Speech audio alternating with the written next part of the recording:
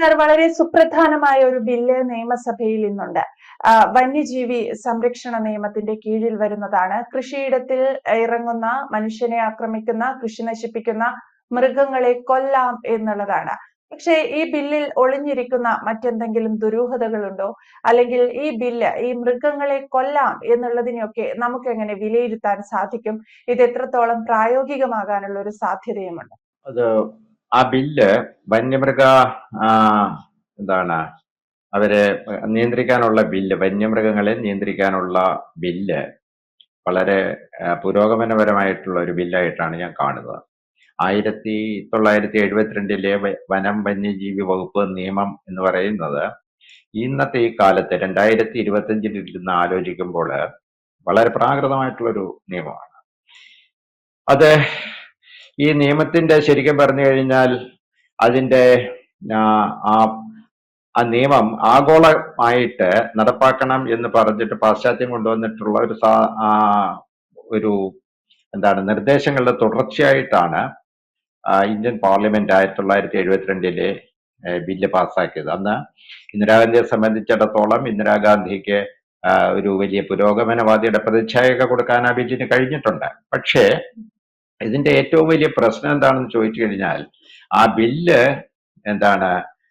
Pilot ചെയ്ത പാശ്ചാത്യ സമൂഹം എന്ന് പറയുന്ന 1945 നഗസാക്കിയിലും ഹിരോഷിമയിലും കൊണ്ടുപോയാണ് ബോംബിട്ട കക്ഷികളാണ്. രണ്ടാമത്തേത് വിയറ്റ്നാമിൽ ഏജന്റ് ഓറഞ്ച് വിതച്ച കക്ഷികളാണ്. അവരൊക്കെയാണ് ഇതിന്റെ പിന്നിലുണ്ടായിരുന്ന വ്യക്തികളെന്ന് വേണം നമുക്കത് കാണുന്നത്. അപ്പൊ ഈ ബില്ല് എന്തായാലും ഇന്ത്യൻ പാർലമെന്റ് പാസ്സാക്കി. അതിന് ആട്ടുകല്ലിന് കാറ്റ് പിടിച്ച പോലെയാണ്. ഇന്നേ വരെ അതിൻ്റെ അകത്തൊരു മാറ്റം ഉണ്ടാക്കാൻ കഴിഞ്ഞിട്ടില്ലെന്ന് മാത്രമല്ല, വാജ്പേയി സർക്കാരിലെ മേനകാഗാന്ധി ഈ കൂനിമ്മേ കുരു പോലെ അതിൻ്റെ അകത്ത് അവരുടേതായ കുറെ അഡീഷൻസ് കൂടെ ചേർത്ത് ആകെപ്പാടെ ആ ബില്ല് ഒരു തരം കഷായമാക്കി വെച്ചിരിക്കുകയാണ്. ശരിക്കും പറഞ്ഞു കഴിഞ്ഞാല് നമ്മളിപ്പോ ആ ബില്ലിന് കംപ്ലീറ്റ് ആയിട്ട് റീപീൽ ചെയ്യാൻ പറ്റുമോ ഇല്ലയോ എന്ന് എനിക്ക് അറിഞ്ഞുകൂടാ. അത് കേന്ദ്ര സർക്കാരിന്റെ പരിധിയിലുള്ളൊരു സംഗതിയാണ്. പക്ഷെ ആ ബില്ല് കംപ്ലീറ്റ് ആയിട്ട് മാറ്റണം എന്നുള്ളൊരു അഭിപ്രായക്കാരനാണ് ഞാൻ. പ്രധാനപ്പെട്ട കാര്യം എന്താണെന്ന് പറഞ്ഞു കഴിഞ്ഞാല് ഈ ബില്ലിന് നമ്മള് പാശ്ചാത്യ സമൂഹം മുന്നോട്ട് വെച്ച ക്രൈറ്റീരിയകൾ മാത്രമാണ് ഇതിൻ്റെ അകത്ത് നമ്മൾ അഡോപ്റ്റ് ചെയ്തത്. ഇന്ത്യ വൈവിധ്യമാർന്ന ഭൂവിഭാഗങ്ങളും ജനതയും പിന്നെ പ്രകൃതിയും കാലാവസ്ഥയും ഒക്കെയുള്ള ഒരു മഹാരാജ്യമാണ് ഇന്ത്യ. ലോകത്തുള്ള ഏതാണ്ട് ഒട്ടുമിക്ക കാലാവസ്ഥകൾ ഇന്ത്യയിലുണ്ടെന്നാണ് പറയുന്നത്. അപ്പൊ കാലാവസ്ഥ ഉണ്ടായെങ്കിൽ സ്വാഭാവികമായിട്ടും അതിന്റെ ഒട്ടുമിക്ക ഭൂപ്രകൃതികളും, അതായത് all samples are included in India എന്നാണ് നമ്മൾ അതിനെ പറ്റി എടുക്കേണ്ടത്. അപ്പൊ ഇവിടെ നമ്മള് ഒരു വനം വന്യജീവി നിയമം ഉണ്ടാക്കുമ്പോൾ സ്വാഭാവികമായിട്ട് ആലോചിക്കേണ്ടത് നമ്മളുടേതായിട്ടുള്ള ഒരു സ്റ്റഡിയുടെ പുറത്ത് വേണം അത് ചെയ്യേണ്ടത്. സായിപ്പ് നടത്തിയ സ്റ്റഡിയുടെ പുറത്തല്ല ചെയ്യേണ്ടത്. കാരണം അവരാകെപ്പാടെ ഈ പറയുന്ന മഞ്ഞിൽ നടക്കുന്ന എലികളും അതും പിന്നെ അതുപോലെ കങ്കാരു അതുപോലുള്ള അല്ലെങ്കിൽ ജീവികളുടെ എണ്ണം അവരുടെ കുറവാണ്. നമ്മളുടെ എത്രയും വൈവിധ്യമാർന്ന ജീവികള് പാശ്ചാത്യ സമൂഹത്തിലില്ല. ഏതാണ്ട് 1/3 കാലം മഞ്ഞ് മൂടി കിടക്കുക, അല്ലെങ്കിൽ പിന്നെ മഴയോ, അല്ലെങ്കിൽ അതുപോലെയുള്ള എക്സ്ട്രീം ക്ലൈമറ്റുകളിൽ കൂടെ കടന്നു പോകുന്നവര് പ്രപ്പോസ് ചെയ്ത ഒരു നിയമമാണ് ശരിക്കും പറഞ്ഞു കഴിഞ്ഞാൽ ഇതിന്റെ ഒരു ബാക്ക്ഡ്രോപ്പിലുള്ള, അതായത് ഇന്ത്യൻ വനം വന്യജീവി നിയമത്തിന്റെ ബാക്ക്ഡ്രോപ്പിലുള്ള. നമ്മൾ ശരിക്കും പറഞ്ഞു കഴിഞ്ഞാൽ നോക്കേണ്ടിയിരുന്നതെന്ന് പറഞ്ഞു കഴിഞ്ഞാൽ ഈ പറയുന്ന നമ്മുടെ പൂർവ്വകാലത്തെ രാജാക്കന്മാരുടെ കാര്യത്തിൽ അവര് വേട്ടയാടാൻ പോയിട്ടുണ്ട്, വേട്ട മൃഗങ്ങളെ പിടിച്ചിട്ടുണ്ട്. അത് ചെയ്തത് എന്തിനാണെന്ന് ചോദിച്ചു കഴിഞ്ഞാൽ അതിന്റെ ഏറ്റവും വലിയ എക്സ്പ്ലിസിറ്റ് ആയിട്ടുള്ള ഒരു സൂചന കാണുന്നത് രാമായണത്തിലാണ്. രാമായണത്തില് രാമൻ യുവരാജാവായിരിക്കുന്ന സമയത്ത് വിദ്യാഭ്യാസം കഴിഞ്ഞിട്ട് കോർട്ടില്, അതായത് രാജസദസ്സിൽ വരുന്ന സമയത്ത് ഇടയ്ക്കിടയ്ക്ക് മൃഗങ്ങൾ അധികരിക്കുമ്പോൾ ലക്ഷ്മണനോടൊത്ത് വേട്ടയാടാൻ പോവുകയും അങ്ങനെ അവിടെ നിന്ന് പിടികൂടപ്പെട്ട് കൊന്നുകൊണ്ടുവരുന്ന മൃഗങ്ങളെ ദശരഥ മഹാരാജാവിന് മുമ്പിൽ കാഴ്ചവെക്കുകയും ചെയ്യും. അപ്പൊ സ്വാഭാവികമായിട്ട് കുറെ മൃഗങ്ങൾ അവിടുത്തെ കുശിനിയിലേക്ക് പോകുമായിരിക്കും. അപ്പൊ ഞാൻ പറയാൻ വന്ന കാര്യം, ഇപ്പോഴത്തെ നിയമം എന്ന് പറയുന്നത്, കേരള സർക്കാർ മുന്നോട്ട് വെച്ചിരിക്കുന്ന നിയമം മനസ്സിലാക്കിയടത്തോളം ഈ പറയുന്ന അതിന്റെ അതിർത്തികള്, അതായത് വന അതിർത്തി കടന്നു വരുന്ന, കൃഷി നശിപ്പിക്കുന്ന, മനുഷ്യരെ ഉപദ്രവിക്കുന്ന, ഗ്രാമങ്ങളിൽ പ്രശ്നങ്ങൾ ഉണ്ടാക്കുന്ന മൃഗങ്ങളെ കൊല്ലുക എന്നുള്ള, വേട്ടയാടിയല്ല, അല്ലാതെ തന്നെ വെടിവെച്ച് കൊല്ലാനായിട്ട് ഉള്ള ഒരു സംവിധാനത്തിന്, അതിനു വേണ്ടിയിട്ടുള്ള ഒരു നിയമനിർമ്മാണമാണ് ഇപ്പം നടപ്പാക്കിയിരിക്കുന്നത്. അതൊരു ശരിയായ ഒരു വ്യൂവിൽ പോകുന്ന നിയമമായിട്ട് വളരാനുള്ള സാധ്യത വളരെ കുറവാണ്. കാരണം എന്ന് പറഞ്ഞു കഴിഞ്ഞാൽ, വെറുതെ ഒരു മൃഗത്തിനെ വേട്ടയാടുക എന്ന് പറയുന്നത്, അല്ലെങ്കിൽ അതിനെ കൊന്നുകളയുക, കൊന്നു കുഴിച്ചിടുക, കത്തിച്ചു കളയുക എന്നൊക്കെ പറയുന്നത് ഒട്ടും ഒരു നല്ല കാര്യമായിട്ട് തോന്നിയിട്ടില്ല. ഇതിലെ പ്രധാനപ്പെട്ട പല മൃഗങ്ങളെയും ഭക്ഷണ വസ്തുവായിട്ട് ഉപയോഗിക്കാവുന്നതാണ്. അതിനെ ഇപ്പൊ തൽക്കാലം നിയമം അനുവദിക്കുന്നില്ല എന്നുള്ളതാണ് നമ്മളെ കേരളം അല്ലെങ്കിൽ ഇന്ത്യ നേരിടുന്ന ഏറ്റവും വലിയ പ്രശ്നം. പക്ഷെ ഇന്ത്യ വിട്ട് നിങ്ങൾ വിദേശത്തെ പല രാജ്യങ്ങളിലും പോയി കഴിഞ്ഞാൽ ഇവിടെ നിരോധിതമായിട്ടുള്ള പല മൃഗങ്ങളും അവിടെ നിങ്ങൾക്ക് ഭക്ഷിയിട്ട് ഓപ്പൺ മാർക്കറ്റിൽ നിന്നോ അല്ലെങ്കിൽ എന്താണ് റെഗുലർ ഈ കൺട്രോൾഡ് മാർക്കറ്റിൽ നിന്നോ ഒക്കെ നമുക്ക് മേടിക്കാം. അതായത് ഇവിടെ കൊല്ലാൻ പാടില്ലാത്ത പല മൃഗങ്ങളെ, അതിൻ്റെയൊക്കെ തന്നെ തോല്, പല്ല്, കൊമ്പ് ഒക്കെ കിട്ടുകയും ചെയ്യും. അതിനൊന്നും ഒരു പ്രശ്നമില്ല.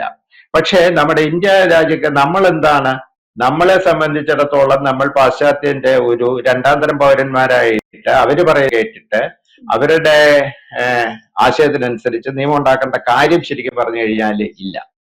ഇപ്പോൾ ഈ കേരള സർക്കാരിന് ചെയ്യാൻ പറ്റുന്ന ഏറ്റവും വലിയ കാര്യം എന്ന് പറയുന്നത്, ഈ നിയമത്തിന്റെ കൂടെ നിയമം നടപ്പാക്കുവാൻ പറ്റുമോ, കേന്ദ്ര സർക്കാർ അതിന് അനുമതി നൽകുമോ എന്നുള്ളതൊക്കെ സംശയാസ്പദമായ കാര്യമാണ്. കാരണം കേന്ദ്ര നിയമത്തെ മറികടന്നുകൊണ്ട് ഒരു നിയമം നടപ്പാക്കാൻ, അതായത് സ്റ്റേറ്റിന് നടപ്പാക്കാൻ പറ്റില്ല. കാരണം ഇത് ഇന്ത്യ മൊത്തം ബാധകമായിട്ടുള്ള ഒരു നിയമമാണ് 1972 വനം വന്യജീവി നിയമം. പക്ഷേ നമ്മൾ ചെയ്യേണ്ട കാര്യം എന്ന് പറഞ്ഞാൽ, ഇതിന്റെ അകത്ത് ഇപ്പൊ തന്നെ ഒരു പ്രപ്പോസൽ വെക്കാവുന്നത്, ഇതിനെ ഭക്ഷ്യയോഗ്യമായ മൃഗങ്ങളെ ഭക്ഷണത്തിനായിട്ട് ഉപയോഗിക്കാനുള്ള സംവിധാനം ഉണ്ടാക്കണം. അപ്പം ഈ പാശ്ചാത്യർ പറയുന്നത് എന്താണെന്ന് പറഞ്ഞു കഴിഞ്ഞാൽ, അത് നമ്മൾ എന്താണ് ഒരു ഇൻസെന്റീവ് ആയിട്ട് വർക്ക് ചെയ്യാനിടയുണ്ടെന്നാണ്. അതായത് ആളുകൾ അനാവശ്യമായിട്ട് മൃഗങ്ങളെ കൊല്ലും എന്നൊക്കെ പറയുന്നത്. അവര് ജിം കോർബറ്റിന്റെ കുറെ കഥകളൊക്കെ എടുത്തു വെച്ച് വായിക്കുകയാണെങ്കിൽ, അയാളാണ് ഏറ്റവും കൂടുതൽ അനാവശ്യമായിട്ട് മൃഗങ്ങളെ കൊല്ലുകയും മാനിന്റെയും കാട്ടുപോത്തിന്റെയും ആനക്കൊമ്പും ഒക്കെ എടുത്തിട്ട് വിറ്റ് സൂക്ഷിക്കുകയും ചെയ്ത ആളായാൽ സായിപ്പുമാണ്. അപ്പൊ അവര് അത് വായിക്കട്ടെ. പക്ഷെ നമ്മൾ ചെയ്യേണ്ട കാര്യം എന്ന് പറയുന്നത്, നമ്മുടെ സർക്കാർ ചെയ്യേണ്ട കാര്യം എന്ന് പറഞ്ഞു കഴിഞ്ഞാൽ, ഭക്ഷ്യയോഗ്യമായ മൃഗങ്ങളെ, അതായത് കുറെ സാധനമുണ്ട്, കാട്ടിയുണ്ട്, കാട്ടുപന്നികളുണ്ട്, ഇതിനൊക്കെ പ്രോസസ് ചെയ്തിട്ട് നമുക്ക് ഭക്ഷണമായിട്ട് വിൽപ്പനയ്ക്കുള്ള അല്ലെങ്കിൽ ആളുകൾക്കാനുള്ള ഒരു സൗകര്യം ചെയ്തു കൊടുക്കുന്നത് വളരെ നല്ല കാര്യമായിരിക്കും. കാരണം എന്ന് പറഞ്ഞു കഴിഞ്ഞാൽ, നമ്മൾ ലോകത്തിന്റെ 1-ാം നമ്പറായിട്ട് വളർന്നുകൊണ്ടിരിക്കുമ്പോൾ ലോകത്തിന്റെ 1-ാം നമ്പറായിട്ടുള്ള മറ്റ് പല രാജ്യങ്ങളിലും, അല്ലെങ്കിൽ 1 അല്ല 2-ാം നമ്പറായിട്ടുള്ള മറ്റു പല രാജ്യങ്ങളിലും ഇത്തരം ഭക്ഷ്യവസ്തുക്കൾ എങ്ങനെയാണ് വിൽക്കുന്നത് നോക്കി പഠിച്ചതിന് ശേഷം അതിനൊരു പ്രപ്പോസൽ വെക്കാണ്. ഇത് സ്വകാര്യ ഏജൻസികളെ ഒന്നും ഏൽപ്പിക്കണം, അതായത് ഫുഡ് പ്രോസസ്സിംഗ് ഒന്നും ഏൽപ്പിക്കാൻ ഞാൻ പറയില്ല, അത് ശരിയല്ല. അന്നേരം ഈ പറയുന്ന ഇൻസെന്റീവിന്റെ പ്രശ്നം വരും, അതായത് ആളുകൾക്ക് കൊല്ലാനുള്ള ഒരു പ്രചോദനം ഉണ്ടായി വരാം. പക്ഷേ ഗവൺമെന്റിന് തന്നെ ഇത് വേട്ടയാടി ഇത്തരം മൃഗങ്ങളെ എന്താണ് ജനങ്ങൾക്ക് ശല്യം ഉണ്ടാക്കുന്ന മൃഗങ്ങളെ വേട്ടയാടി കഴിഞ്ഞാൽ കൊന്നു കുഴിച്ചു മൂടുകയോ കത്തിച്ചു കളയുകയോ ചെയ്യാതെ ആ മൃഗങ്ങളെ ഇറച്ചി ഉപയോഗപ്രദമാണെങ്കിൽ അതിനെ, ഇപ്പം കേന്ദ്ര സർക്കാരിന് തന്നെ MPI എന്ന് പറഞ്ഞൊരു കമ്പനി ഉണ്ട്, കേരളത്തിന് കേരള ചിക്കൻ എന്ന് പറഞ്ഞ ചിക്കൻ ഉൽപ്പാദിപ്പിക്കുകയും വിതരണം ചെയ്യുന്ന ഒരു കമ്പനി ഉണ്ട്. അതുപോലെ ഒരു വളരെ എന്താണ് നിരീക്ഷണത്തിൽ നിർത്തി ചെയ്യാവുന്ന ഒരു കമ്പനിയെ കൊണ്ട്, അല്ലെങ്കിൽ ഒരു ഗവൺമെന്റ് സ്ഥാപനത്തിനെ കൊണ്ട് ഇത് ചെയ്യുകയാണെങ്കിൽ അതായിരിക്കും നല്ലത്. അല്ലാതെ വെറുതെ ഈ പറയുന്ന സാധനം കത്തിച്ച് കളഞ്ഞിട്ട് എന്താണ് കാര്യം? ഈ ഒരു 10 വർഷം മുമ്പ് ഒരു വാർത്തയിൽ കണ്ടതാണ്, സുഡാനിലെ 1.5 ലക്ഷം ടൺ ആനക്കൊമ്പാണ് കത്തിച്ചു കളഞ്ഞത്. എന്തിനാണ് ഈ ആനക്കൊമ്പ് കത്തിച്ചു കളയേണ്ട കാര്യം എന്താണ്? ശരിക്കും പറഞ്ഞു കഴിഞ്ഞാൽ ആനക്കൊമ്പിന് ഒരുപാട് യൂസ് ഉണ്ട്, ആ യൂസിലേക്ക് ഉപയോഗിക്കാം. ഇപ്പം ഈ വർഷം ഏപ്രിലിൽ തന്നെ കേരള സർക്കാർ, കേരള വനം വകുപ്പ് 12 ജോഡി ആനക്കൊമ്പ് ഇന്ത്യൻ മിലിറ്ററിക്ക് നൽകി. പിന്നീട് ഉള്ള അടുത്ത വിഷയം എന്ന് പറയുന്നത് അപ്പോഴത്തേക്ക് പ്രകൃതിവാദികളും പ്രകൃതി സംരക്ഷണവാദികളും മൃഗവാദികളും ഒക്കെ ചാടിയിറങ്ങും. അതെന്ന് പറയുന്നത് അവർക്ക് അത് അവരുടെ തൊഴിലിന്റെ ഭാഗമായതുകൊണ്ട് അവർ ഇറങ്ങിക്കോട്ടെ, അതിൻ്റെ അകത്ത് പ്രശ്നമൊന്നുമില്ല. ഇങ്ങനെ 1972 വനം വന്യജീവി നിയമം നടപ്പാക്കാൻ സാക്ഷ്യം പിടിച്ച ഒരു സംഘടന കേരളത്തിലുണ്ടായിരുന്നു, കേരള സാഹിത്യ പരിഷത്ത്. സൈലന്റ് വാലി സംരക്ഷണം എന്ന് പറഞ്ഞിട്ടാണ് ഈ വിദ്വാന്മാര് ഇന്ദിരാഗാന്ധിയെ പ്രേരിപ്പിച്ചിട്ട് അതിന്റെ സൈലന്റ് വാലിയിലുള്ള ഡെവലപ്മെന്റൽ പ്രോഗ്രാംസ് ഒക്കെ തടയുകയാണ് ഉണ്ടായത്. അതായത് ഇത്രയും അൺസയന്റിഫിക് ആയിട്ടുള്ള ഒരു സംഘടന ലോകത്ത് എവിടെയും കാണുകയില്ല. അതായത് മാറ്റങ്ങളെ പറ്റി, അതായത് വൈദ്യുതി ഉൽപാദനത്തിന്റെ കാര്യത്തിലാണ് അവർ ആദ്യം പോയി തലയിട്ടത്. അവര് ശരിക്കും പറഞ്ഞു കഴിഞ്ഞാൽ ഇതിന്റെയൊക്കെ പിന്നില് എന്തെങ്കിലുമൊക്കെയുള്ള ലോബികളുടെ സാധ്യത കാണണം. ഇപ്പൊ കഴിഞ്ഞ ദിവസം തന്നെ ഇവിടെ പഞ്ചാബിൽ കച്ച് കത്തിക്കുന്നതിനെ പറ്റി ഉള്ള വിഷയം വന്നിട്ടുണ്ട്. അതുപോലെ കേരളത്തിലെ വെളിച്ചെണ്ണയ്ക്കെതിരെ വന്നിട്ടുണ്ട്. ഇതൊക്കെ ഓരോരോ ലോബിയുടെ പാർട്ടായിട്ട് കയറി വന്നിട്ടുള്ളതാണ്. അതുപോലെയാണ് ഈ പറയുന്ന നമ്മളുടെ സൈലന്റ് വാലിയിൽ അന്ന് ശാസ്ത്രായത്വ പരിഷത്ത് കാണിച്ചത്. ഇപ്പം സൈലന്റ് വാലിയിൽ എത്ര ശതമാനം വനമുണ്ട്? പിന്നീട് ബാക്കിയുള്ള സ്ഥലത്ത് വനത്തിന്റെ അവസ്ഥ എന്താണ്? ഇതിന്റെ അകത്ത് ഏറ്റവും നല്ലത് ഗാഡ്ഗിൽ പറഞ്ഞിട്ടുള്ള ഫോർമുല തന്നെയാണ്. മനുഷ്യൻ ഉപദ്രവകരമായ മൃഗങ്ങളെ കൊല്ലണം, കൊന്നിട്ട് അതിന്റെ കൂടെ ഞാൻ ഒരു അഡീഷൻ ഉണ്ടാകാണ് പറഞ്ഞത്, ഈ പറയുന്ന അതിനെ ഭക്ഷ്യയോഗ്യമായിട്ടുള്ള മൃഗങ്ങളെ ഭക്ഷ്യയോഗ്യമായിട്ട് അതിനെ പാക്ക് ചെയ്ത് വിൽക്കാനുള്ള ഒരു സംവിധാനവും കൂടെ വേണം. ഇവിടെ വേറെ ഒരു രസകരമായ കാര്യം കൂടെ. അതായത് ഇന്ത്യയിലെ ആളുകളുടെ കൃഷിയുമായിട്ട് ബന്ധപ്പെട്ട 2 മൃഗങ്ങളാണുള്ളത്, പശുവും കാളയും. അതിനെ സംരക്ഷിക്കണം എന്ന് പറഞ്ഞു കഴിയുമ്പോൾ ഇവിടെ എന്തൊരു പുകിലാണ് ഉണ്ടാകുന്നത്. ശരിക്കും പറഞ്ഞാൽ അതാണ് സംരക്ഷിക്കപ്പെടേണ്ടത്. അത് സംരക്ഷിക്കപ്പെടുന്നതുകൊണ്ട് കൃഷി വർദ്ധിക്കുകയും അങ്ങനെ ഭൂരിഭാഗം ജനത ഒരു വെജിറ്റേറിയനിസത്തിൽ നിൽക്കുകയും ചെയ്തിട്ടുള്ള ഒരു രാഷ്ട്രമാണ് ഇന്ത്യ.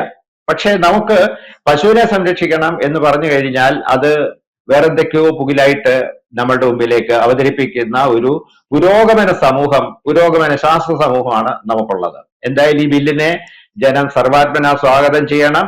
പിന്നെ കേന്ദ്ര സർക്കാരിന്റെ എന്തെങ്കിലും അതിന്റെ പുറത്തു വരുന്ന സമ്മർദ്ദങ്ങളെ അതിജീവിക്കാനുള്ള മാർഗങ്ങളും കൂടെ തേടണം.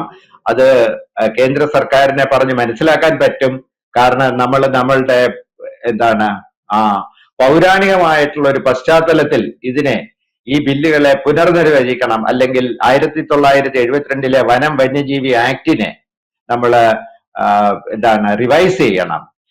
ഉപയോഗിക്കാവുന്ന ഇപ്പൊ ആനക്കൊമ്പ് പോലെയുള്ള സാധനങ്ങളൊക്കെ മരുന്നില് ഉപയോഗിക്കുന്ന സാധനമാണ്. അത് മരുന്നായിട്ട് ഉപയോഗിക്കാൻ ഉള്ള അനുമതി കൊടുക്കണം. അത് സർക്കാർ സ്ഥാപനങ്ങൾ തന്നെ മരുന്നുകൾ ഉൽപ്പാദിപ്പിക്കുകയും വിതരണം ചെയ്യുകയാണ് ഏറ്റവും നല്ലത്. എന്തായാലും ഈ ബില്ല് നിയമസഭയിൽ പാസ്സാവുന്നതോടുകൂടി എന്തൊക്കെയാണ് കർഷകർക്ക് നേട്ടമായി വരാൻ പോകുന്നത് എന്ന് കണ്ടറിയേണ്ടതാണ്. ഒപ്പം വന്യജീവികളെ കൊല്ലുന്നത് വഴി അല്ലെങ്കിൽ ഇത്തരത്തിൽ കൃഷിയിൽ അല്ലെങ്കിൽ മനുഷ്യർക്ക് ഉപദ്രവമാകുന്ന മൃഗങ്ങളെ കൊല്ലാം എന്നുള്ള ഒരു ഉത്തരവ് കൂടി നിയമാനുസൃതമായി കർഷകർക്ക് കൈമാറുക കൂടി ചെയ്യുകയാണ് സർക്കാർ. ഇതിന്റെയൊക്കെ പശ്ചാത്തലത്തിൽ കൂടുതൽ ഈ നിയമത്തിൽ എന്തൊക്കെ കർഷകർക്ക് അനുകൂലമായ നിലപാടുകൾ ഭാവിയിലും സ്വീകരിക്കാൻ സാധിക്കും എന്നതൊക്കെ ചർച്ചയാവുന്നുണ്ട്. വ്യക്തമാണ്. Thank you Ashok sir.